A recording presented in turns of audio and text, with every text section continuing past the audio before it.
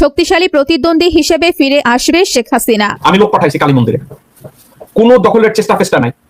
মিথ্যা তথ্য দিয়ে এই ভিডিওগুলো প্রকাশ করেন স্রেফ বাংলাদেশকে ছোট করার জন্য, বাংলাদেশকে আন্ডারমাইন করার জন্য, হাসিনাকে পুনর্বাসিত করার জন্য আপনারা এই কাজগুলো করেন।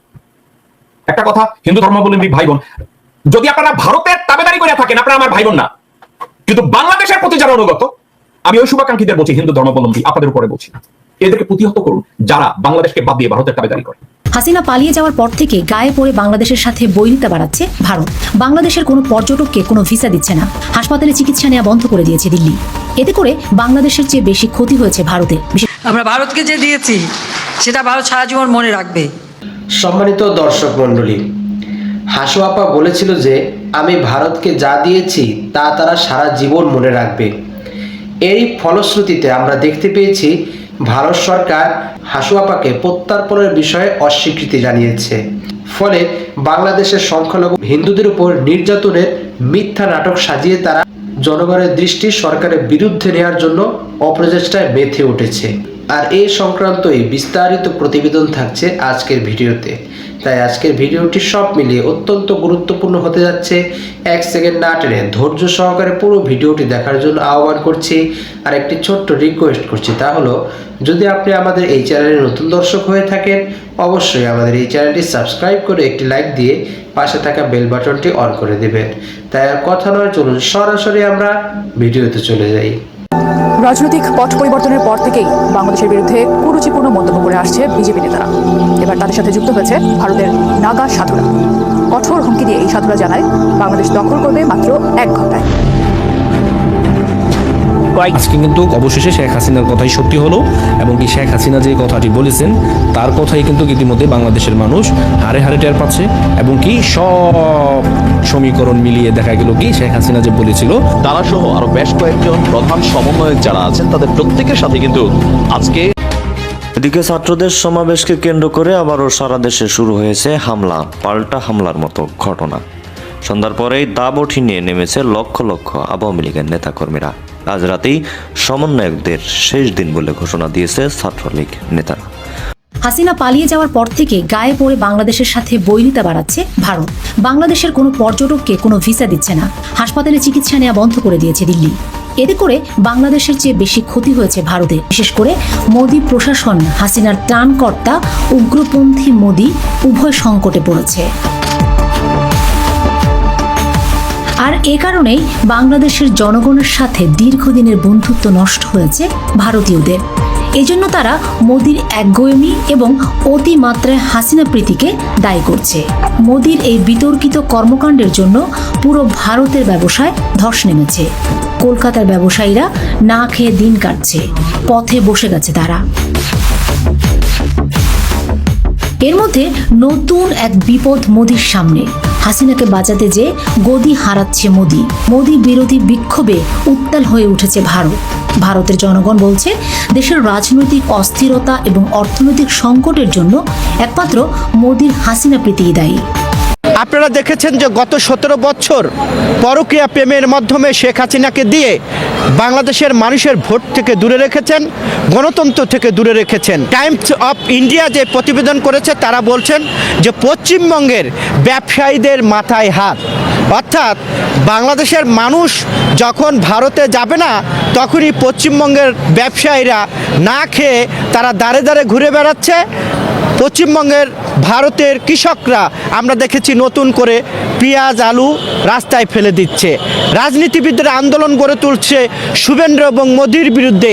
সাধারণ মানুষ বলার চেষ্টা করছে যে গণহত্যাকারী শেখ হাসিনাকে মোদি কেন আশ্রয় প্রশ্রয় দিয়ে আমাদের ব্যবসা বাণিজ্যকে ধ্বংস করছে। এই যে দাবি, এই দাবি এখন ভারত থেকে আসছে, বাংলাদেশ না। যেসব লোকজনরা নিজেদেরকে হিন্দু বলে এবং বাংলাদেশকে বাদ দিয়ে ভারতের তাবেদারি করে, তাদেরকে যে কোনো মূল্যে প্রতিহত করুন। কারণ আপনারা যদি তাদেরকে প্রতিহত করতে ব্যর্থ হন, বাংলাদেশে এক সময় আপনারা আসলেই সংখ্যালঘু হবেন। আমি সংখ্যাগুরু এবং সংখ্যালঘুতে বিশ্বাস করি না। বাংলাদেশে একজন মুসলমানের নাগরিক হিসাবে যে অধিকার আছে, একজন হিন্দুর, একজন খ্রিস্টানের, একজন বৌদ্ধ, অন্য যে কেউ সমান অধিকার আছে। আমি এখানে সংখ্যা গরিষ্ঠও বুঝি না, সংখ্যালঘিষ্ঠও বুঝি না। আজকে শিক্ষা মন্ত্রণালয় বলেন, স্বরাষ্ট্র মন্ত্রণালয় বলেন, সব জায়গায় ভারতের র কাজ করতেছে। প্রশাসনের প্রাণকেন্দ্র হচ্ছে সচিবালয়। এই সচিবালয় সুরক্ষিত থাকবে।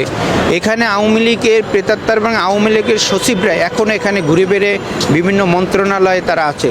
তো আমি এই প্রশাসনের যে প্রাণকেন্দ্র, এখানে আগুন লাগাটা আমরা বিচ্ছিন্নভাবে দেখতেছি না। কারণ সেই ফ্যাসিস্ট শেখ হাসিনার সময় দেখতাম যে কোনো একটা দুর্ঘটনা ঘটছে, সেই কোথার থেকে না ওই মানে সর্বোচ্চ পর্যায় থেকে এটাকে একটা সমাধান দিয়ে দিত। এইটাকে একটা বলতো যে এইটা বিচ্ছিন্ন ঘটনা, এইটা জামাত শিবিরের ঘটনা, এইটা বিরোধী দলের ঘটনা। তো আমি বলতে চাই এইটাই যে আজকে সচিবালয়ে যে আগুন লাগছে এটা খুবই দুর্ঘটনা না। এইটা কেন একটা এই মানে সুরক্ষার জায়গায় বলতেছে শর্ট সার্কিট হবে। আমি প্রতিবেদন পড়েছি, বলছে শর্ট সার্কিট হবে। কেন এখানে শর্ট সার্কিট হবে?